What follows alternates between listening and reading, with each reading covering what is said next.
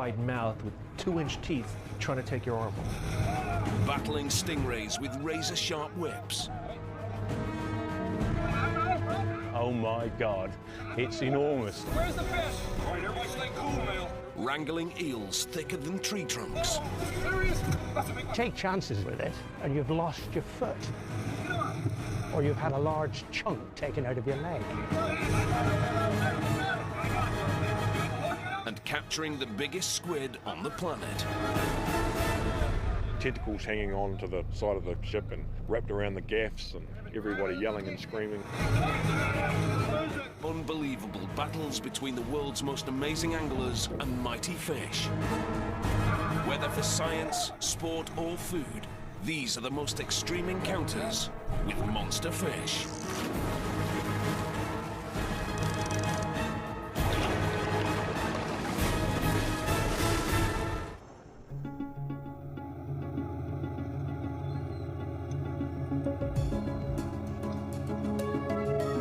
January 2007, New Zealand Sea Captain John Bennett sets out for a 3-month fishing expedition to one of the most unforgiving places on Earth.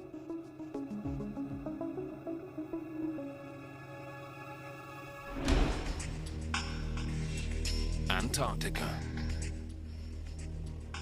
It's sort of 24-hour daylight, the sun's up all the time, and icebergs and sea ice everywhere, and freezing conditions. Captain Bennett's 55-metre-long vessel is on the hunt for the commercially popular toothfish. But something's wrong. Deckhands repeatedly see evidence of competition for the fish below. More than 1.5 kilometres beneath the surface, something huge is stalking their catch. 30, 35 kilo fish would come up with huge big sucker marks all over it. Some of them were bitten in half and big chunks eaten out of them. Probably 1 in every 3 or 4 fish would be damaged like that. But nothing can prepare them for what happens next. Bloody hell, look at that. Squid. On the morning of the 26th, commotion breaks out on deck as a large object appears at portside. That's a big fish. The deckhands can't believe their eyes. Beside the boat, gnawing on a toothfish, is the biggest squid anyone has ever seen. Incredibly, the creature's risen 1,800 meters to the surface and is still alive.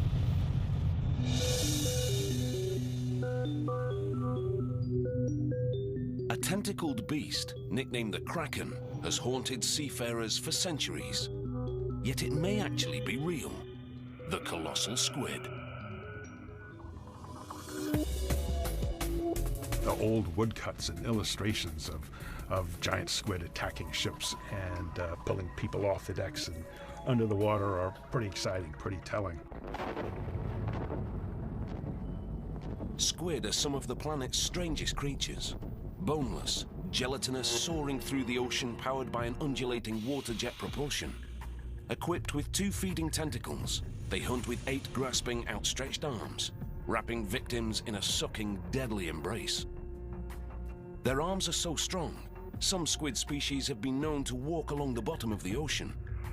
Once caught, squid prey are pulverized. These predators slice into their meals with flesh-cutting bird-like beaks. Squids who have just captured a fish will manipulate the fish so that the beak can bite just behind the head, sever the spinal cord, and render the fish immobile while they take their time and ingest it. When threatened, squid use an ingenious defense mechanism. Fountains of ink shoot out, leaving a cloud as a decoy. They can even manipulate their own skin. To blend into their surroundings, squid can create skin patterns and colorations at will. Squids can put stripes along their bodies, they can put hash marks, blotches, or they can contract all of the chromatophores and all of the color will disappear. But one squid trumps them all, the colossal. Living far below the surface, no biologist has ever studied them in their natural habitat. Yet evidence of squid remains, found inside the bellies of their only adversary, the sperm whale, is shocking.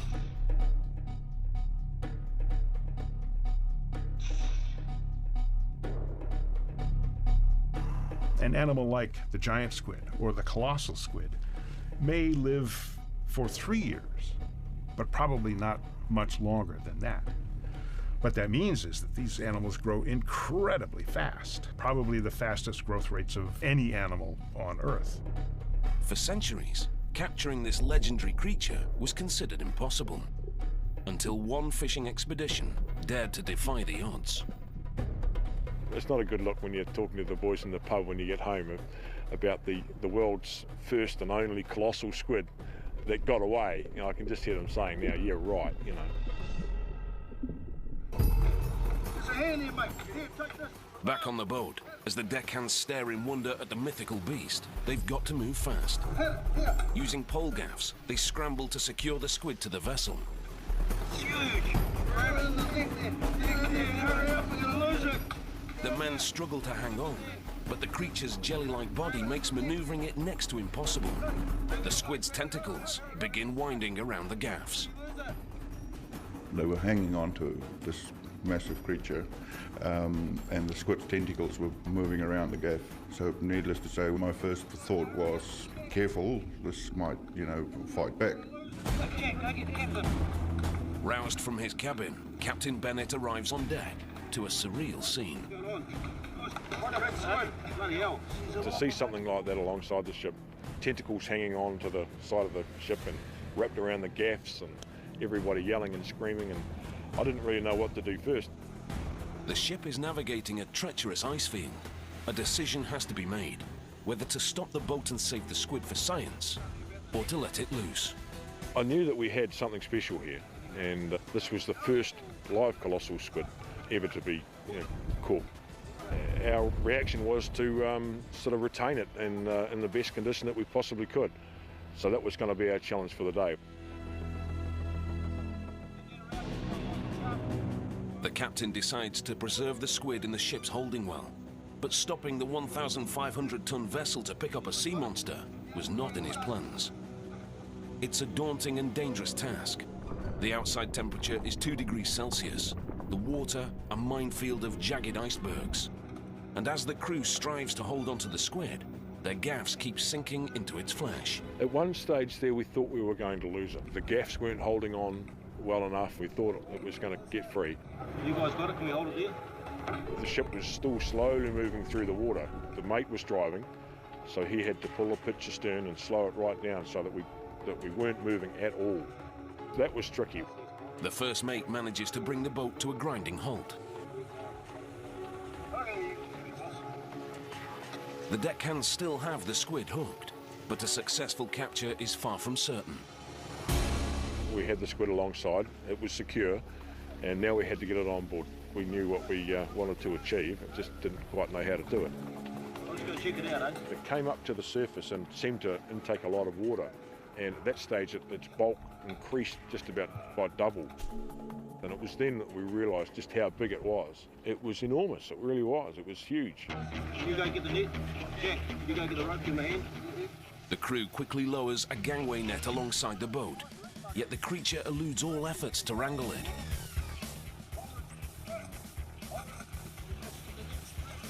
He's hanging on to the side of the ship, and of course anything that gets close, that includes the net. So it was sort of encouraging to let the side of the ship go and not to touch the net, and as we slid it down under, one really excited crew member suggested he should get in the water. I'll put a suit on, Jonathan. No, that will get you. If you do that, you'll be goner. No way, absolutely not. You know, it was far too dangerous. He could have got, you know, forced under, stuck between the ship and the squid and probably bitten or eaten. Repeatedly, the squid resists entering the net, but the crew refuses to quit. Hold it, fellas. Hold on to it. After 3 tense hours, the team's skilled maneuvering pays off. They've got the mysterious monster. It was just a big adrenaline rush, and to know that we've got, you know, one of the first live colossal squid alongside the ship here, and it was special. It was a moment that I'll never forget.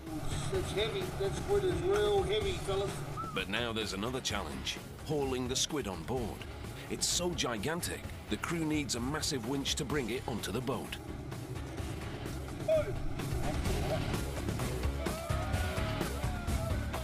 At last they've done it. It's the largest colossal squid ever caught. They're the first people ever to lay eyes on a living specimen.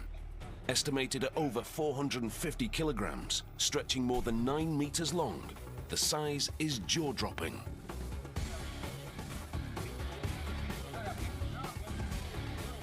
This is awesome. It's a mysterious creature that we haven't had the opportunity to examine, and here it was right for us. I'm going to have so much fun describing the colossal squid to the grandkids in the future. I'm going to live on that one for a long time.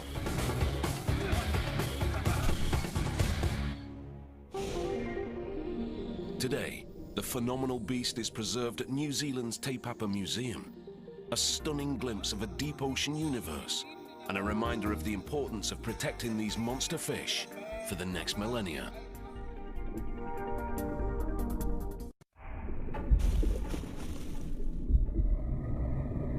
These ravenous beasts are one of the planet's most dangerous predators. Lone hunters, they have one mission: destroy and devour.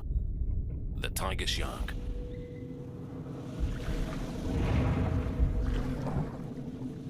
The strength of that bite you would not be able to pull out without leaving a substantial portion of yourself there with the shark. They are very powerful. Truly titanic and unchanged for millennia, the largest tiger shark reportedly measured close to 3.5 tons. Even an average specimen can grow 4 meters from tail to tip. And further fueling their prodigious appetites are teeth built like carving knives. The front edge pierces and holds prey, while a jagged rear edge saws through flesh and bone. This design allows tiger sharks to rip prey other sharks can't penetrate. Even rock-solid sea turtle shells can't keep this monster fish from its next meal.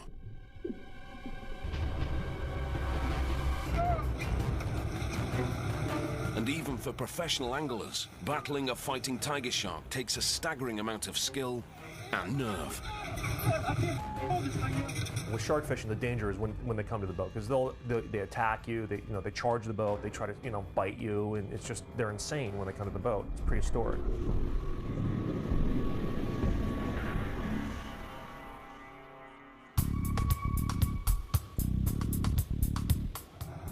July the 16th, 2005, Martha's Vineyard, Massachusetts. Sports fisherman Ivo Allen charters a boat to travel off the coast to do battle with the largest, most fearsome predator he can find. So it's nice to kind of add to the chum slick some fresh scent in the water from these fish we're catching now. We're just wasting time if we don't have chum going in the water at 24/7. Ivo and his crew are competing in a 2-day monster shark tournament with a $260,000 grand prize. The contest combines science and sport, as the teams plan to tag, measure, and release smaller sharks for the National Marine Fisheries Apex Predator Program. You catch them, you reel them in, and then what we do is we tag the fish. We measure it as best as possible because they're pretty feisty when they come to the boat. We try to calculate the weight of the fish, and then we cut the leader. By building research into the tournament, scientists are able to raise conservation awareness and protect species increasingly threatened in commercially overfished waters. Good job. Good work. Now, it's midday on the last day of the tournament. The anglers have caught, tagged, and released 9 sharks. It's yours. But they've yet to land the monster specimen that could win the contest. I'm not marking a thing, man. Already 30 kilometers offshore, Ivo and the sea captain make their decision to head even farther out to sea. Clear those rods right now. All right. I said, let's go. Everybody looked at me like I was crazy. My mates were second guessing me. We're going, we're going. And we ran for 2.5 hours, and it was silent in the cockpit. I mean, people just gave up. The team circles a 6-kilometer area, dispensing a steady stream of chum. Hopes are high for attracting a shark, but there's little time left.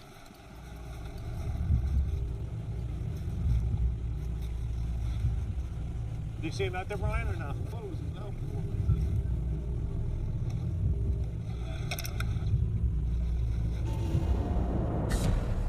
Suddenly, something breaks the surface of the water. Can you tell what it is? I can't get a real good look. Something enormous has just taken the bait, and the line is ripping off the rod with astounding speed. A lot of people ask me, what did it feel like?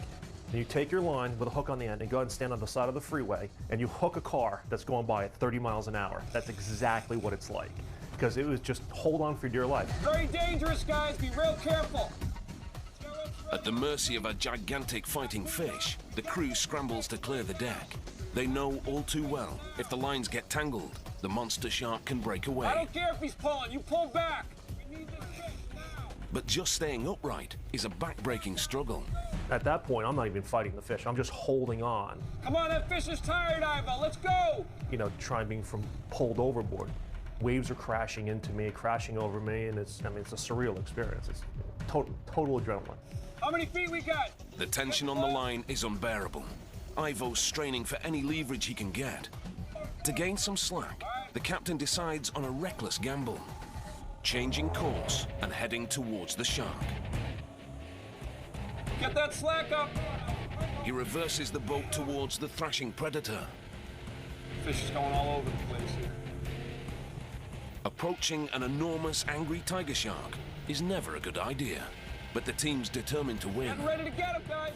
The captain's maneuver works. Tension is off the line and Ivo fights back by reeling in the slack. He's got a chance, but it's still a muscle-burning battle for every inch of line. Where's the fish? All right, everybody stay cool now. Everybody stay cool. I was thinking about quitting. I mean, it's like, I can't do it. There's no way. This fish is just too big. And everyone's screaming at me, you know, look at the time, look at the time. Right here, about 100 yards. Finally, after 30 grueling minutes of arm-wrenching work, the team gets a first glimpse of their adversary, and it's a chilling sight. Damn it, it's huge. The fish comes up and it goes dead silent. Everyone's just sitting there looking at the water like, holy, what did we just catch? Let me know when you get that fish.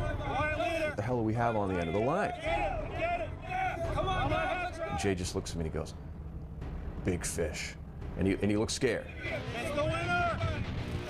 It's a tiger shark over 5 meters long.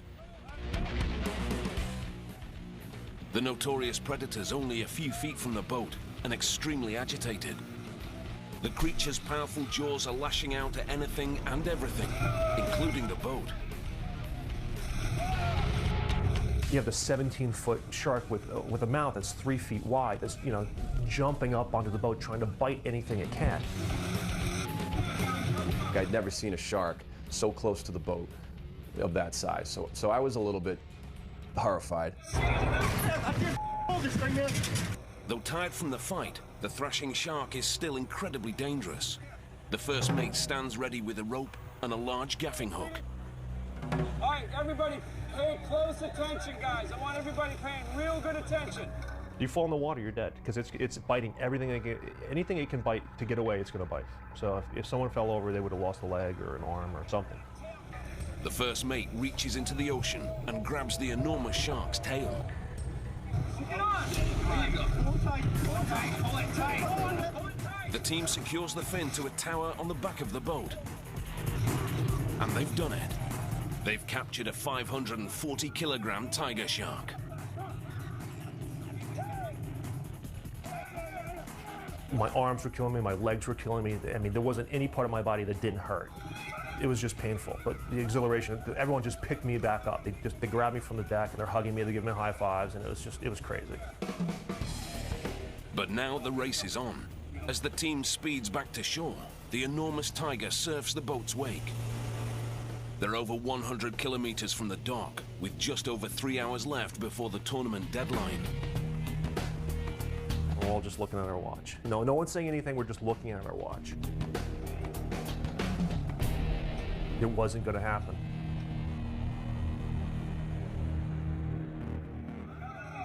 We got the winning fish, there's no doubt about that, but... Arriving just moments after the 6:30 cutoff, the anglers miss out on $250,000.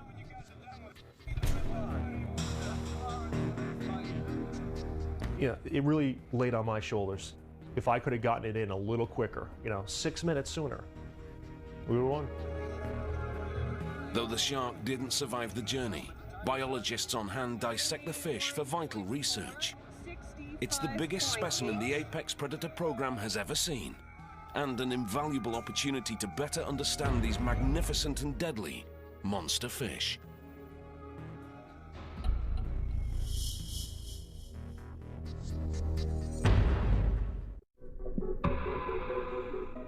Discovered only 20 years ago in Southeast Asia, the giant freshwater stingray has reached superstardom as one of the largest known freshwater fish. Specimens have stretched as long as a limousine, up to 5 meters from nose to tail.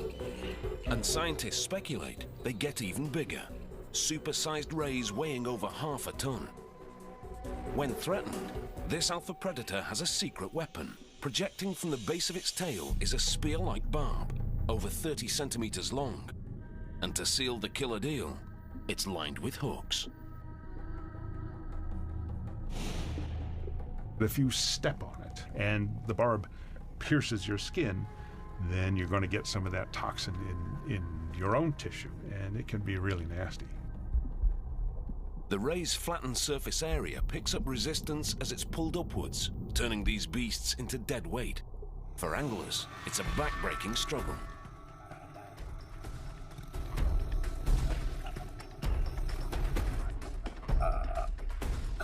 I believe that the giant freshwater stingray is comparable with anything in marine waters. For a freshwater fish, it is the ultimate capture.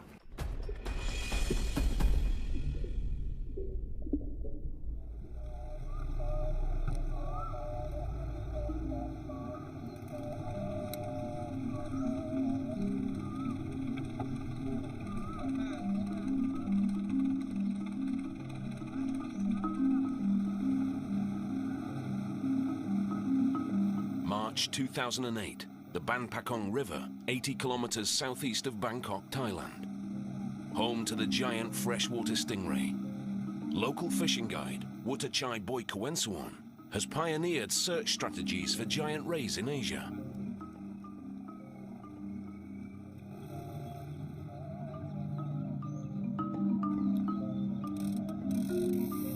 Today, Boy and his friends head out on a quest to break their personal record of 180 kilograms.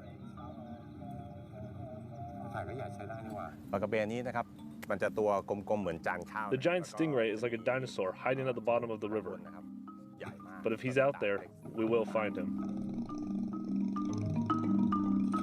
Catching these creatures takes a team effort. Boy's technique involves baiting a series of rods with snakehead fish and spreading them out across the river.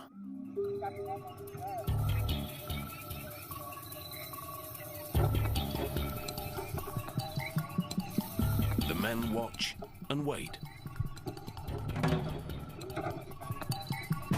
There's a sudden tug on the line. Boy scrambles to gain leverage, but the powerful pull is stronger than anything he has ever felt.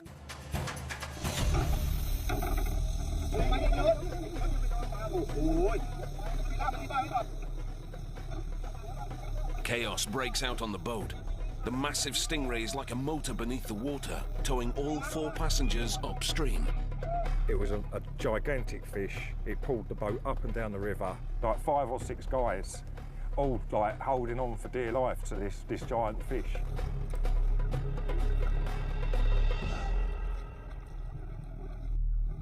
The stingray grinds to a halt. The fish is stuck like a plunger to the riverbed, refusing to budge. But Boy also refuses to give up. He gathers all of his strength.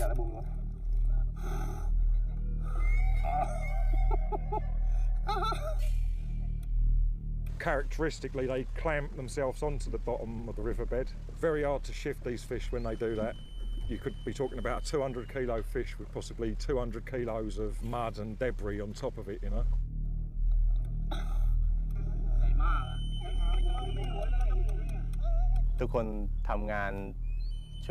To hold that rod with such a huge fish on the other side of the line, you can't imagine how hard it is.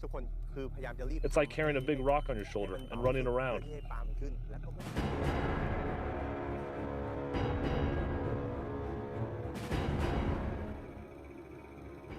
Exhausted, Boy reluctantly passes the rod to another team member.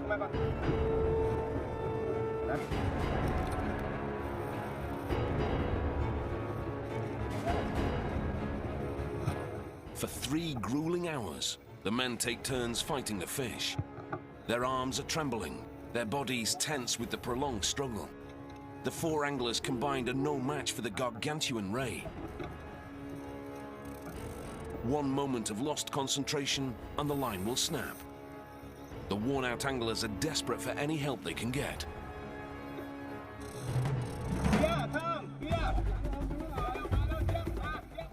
Locals on the riverbank hear boys' cries for help and spring into action.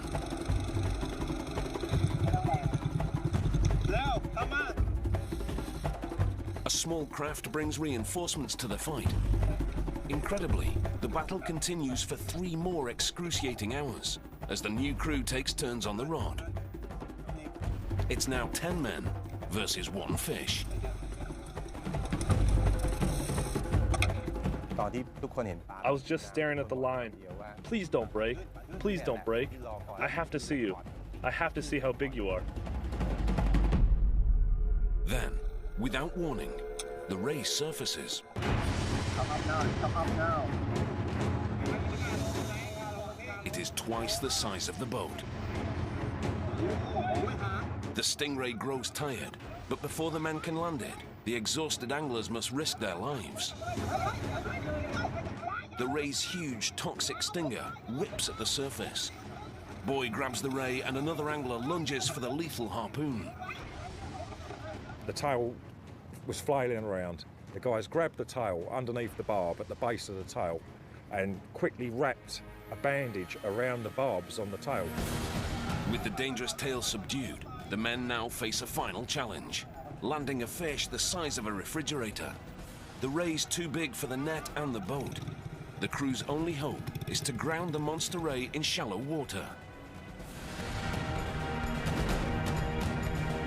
As Boy and his team hold on to their prized catch, they slowly drag it to the shoreline.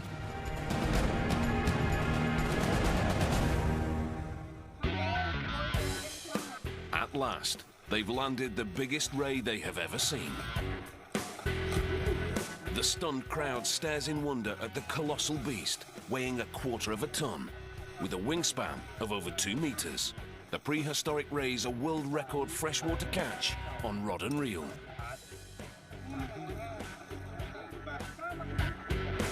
I've shared this feeling with all the team. It's like a feeling of relief that you've actually managed to get the fish up without losing it, elation and awe just at the sight of the creature, you know. But this mighty stingray belongs in the river. The team unhooks the fish of a lifetime and watch in wonder as it returns to its underwater lair.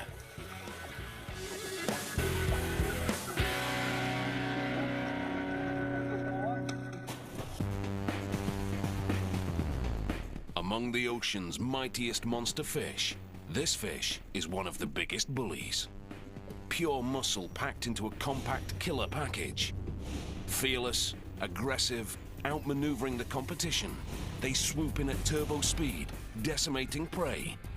The giant trevally.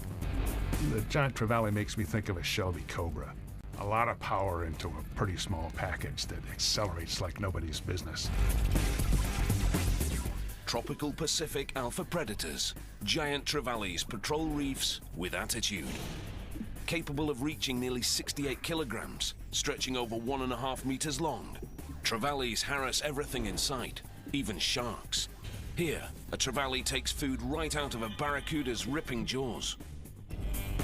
They'll strike from the blind side of the prey, whether it's bright light or dark water. They take advantage of the natural surroundings to make themselves invisible until they're too close to be avoided. And behind every bully, there's a formidable weapon. A thick, muscular body focuses power through a narrow area known as the caudal peduncle, giving giant trevallies powerful tail fins and stunning speed.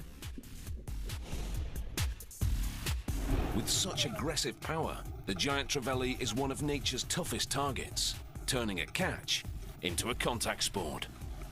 Sometimes it'll just smack you into the side of the boat. It'll strike so hard. The intensity and the adrenaline pump. These little 150s, the 150s, I don't know, they seem to pull some strikes, don't they? I don't know what. January the 29th, 2008, New Caledonia in the South Pacific. Aussie angler Luke Worster sets out with friends to chase the giant trevally, called GT for short.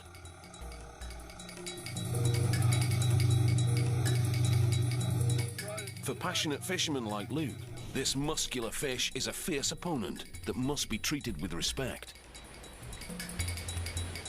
The GT, they are a gangster of the reef. They are so tough. I have such a mutual respect for this fish. Nice one, mate. It's my life. GT fishing is my life.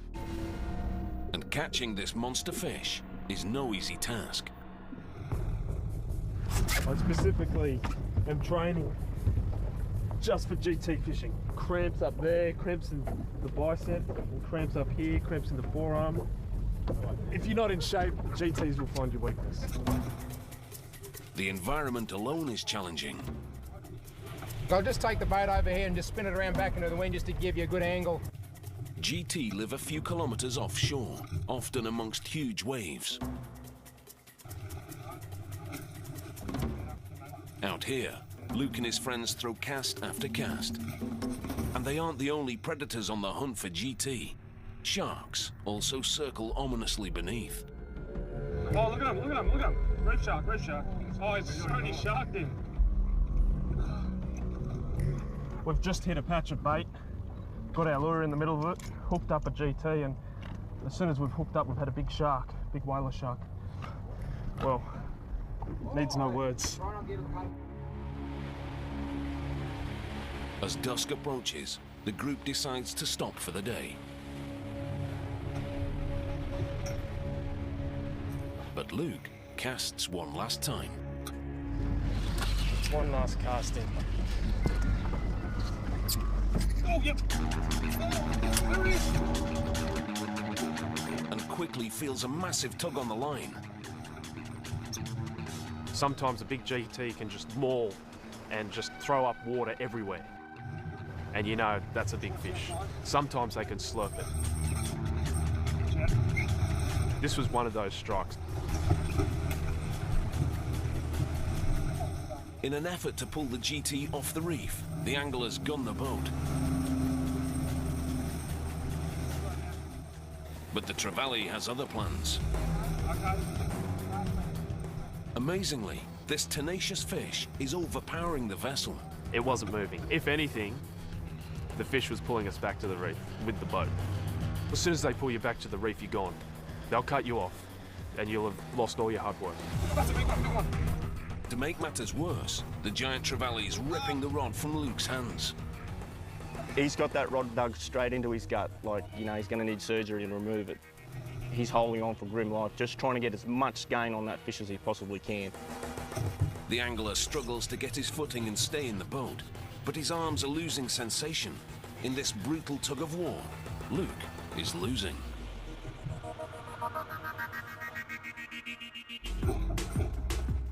As Luke fights to stay focused, the wrestling match rages for an excruciating 30 minutes. My muscles were full of lactic acid and they were ready to give up. Slowly but surely, I was able to start pumping and winding, and slowly she started coming up. As the fish surfaces, the anglers get their first glimpse of the heavyweight on the other end of the line. When I saw that fish for the first time, I had no words. I was speechless. Oh, there it is. It's big. My God. It's a Goliath. It looked like a Volkswagen.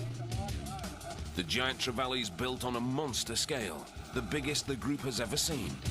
To get this monster on board, it'll take the strength of 3 men. As the 6-meter-long vessel bounces on the churning sea, the fishermen try to hoist the trevally onto the boat. With a final coordinated pull, at last, they've got it.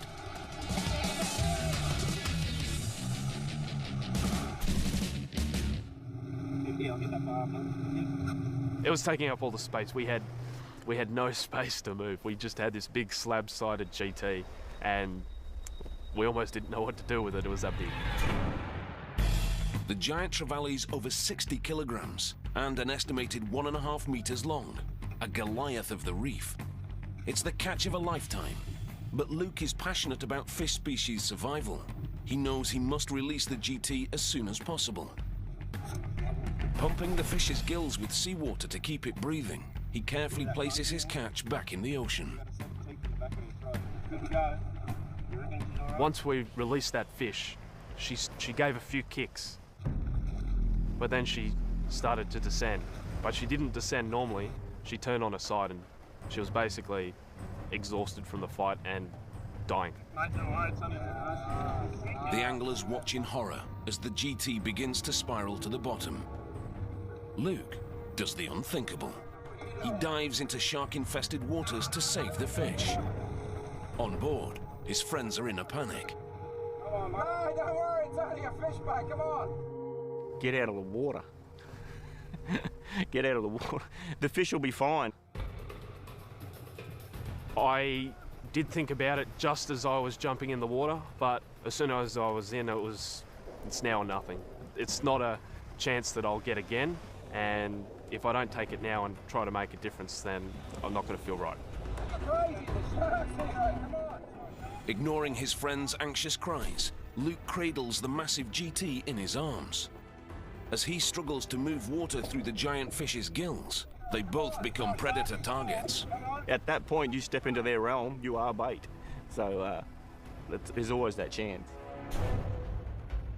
It was a bit more difficult than I had expected because I'd already exhausted my energy so much that I was even struggling to swim myself, so we were almost two of the same. Luke swims with the crippled giant for 10 long minutes. Slowly, the GT shows signs of life. With a sudden, furious flick, the trevally darts away. Luke and his catch of a career have both survived intact. Once I got back in the boat, my arms were trembling, my whole body was trembling, and you know, they were calling me nuts, but they knew I'd done the right thing. Well done.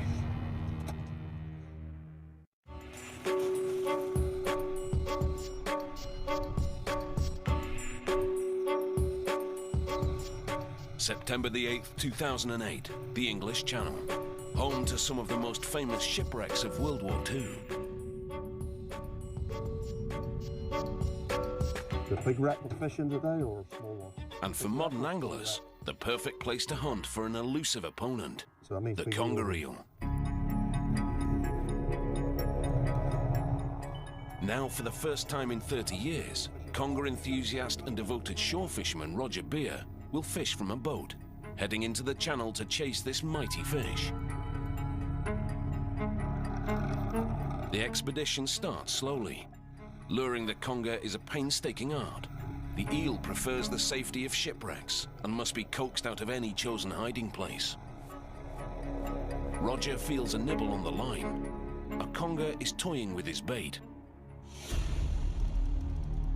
You feel every little tap, and the eel was very slow biting. I just kept quiet because I thought, well, if I miss it, I won't have to say too much. So I just let him go and just let a bit more line off, and for 15, 20 minutes. Then he finally started going off, and I just hit him like a steam train. The conger eel's ferocious jaws have locked onto Roger's bait. The fish is making a beeline for the shipwreck. Roger must keep the eel off the grounded vessel without snapping the line. It's a delicate balance, a game that can end at any moment. It's either you hook the fish, land it, or the fish will get the better of you and snap the line, or the fish will get in the rocks. That's how good they are. They're very, very cunning fish and very devious. These giant fish are like water-bound snakes. Famous for favoring shipwreck lairs, they hide in cracks and crevices, waiting to lash out with brutal strength and a mouthful of cutting, crushing teeth.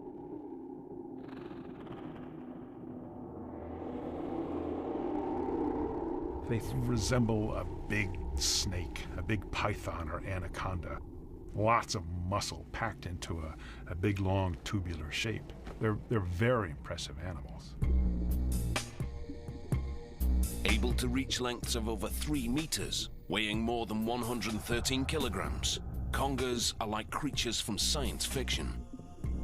The undisputed kings of a family of eels made up of over 100 different species. Eels are powerful predators. They're really good at hiding out in the dark behind some sort of cover and then striking out quickly to capture their prey. And if the first bite doesn't kill, the second one will. Eels use an extra set of teeth buried deep inside their throats, called the pharyngeal jaws, to snare and cut their meal, annihilating any hope of escape. For some anglers, this vicious creature is the ultimate adversary. Organisations like the British Conger Club chronicle the history of conger fishing, as decades of sportsmen have devoted entire careers to battling this mean, moody and mysterious animal. It is a fish of considerable mysticism, really. There are people that have disappeared, fishing from small boats for conger, and have never been seen again. Yep, it's a fairly big one.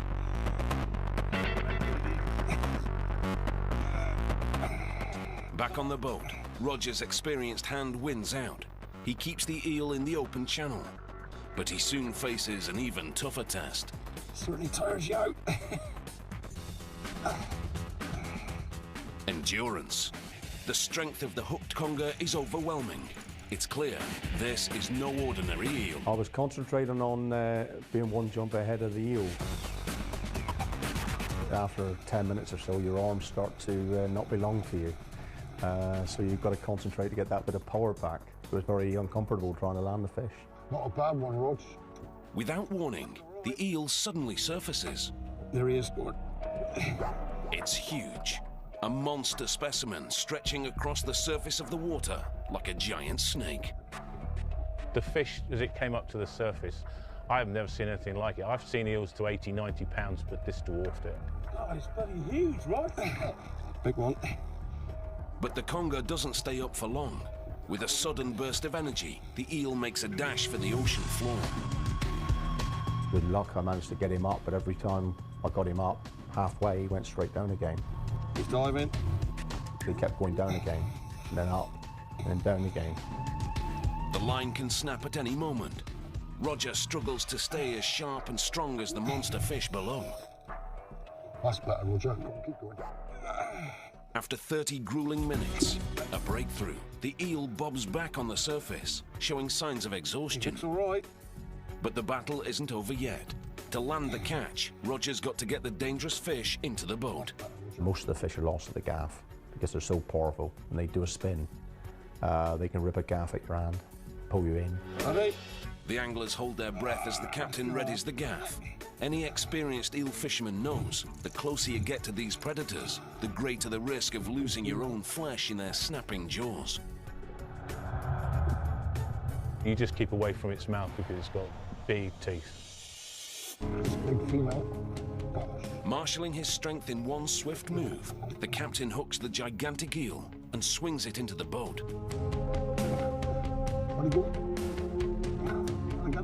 At last, they've landed the Goliath conger. Oh, I say, Roger, that's a little bit bigger. The anglers are amazed.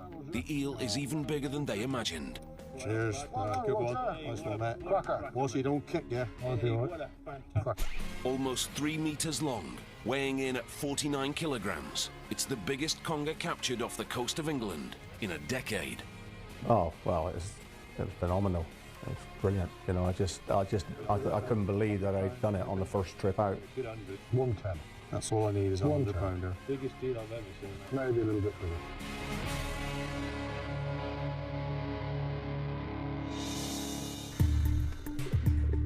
Mysterious creatures of the deep.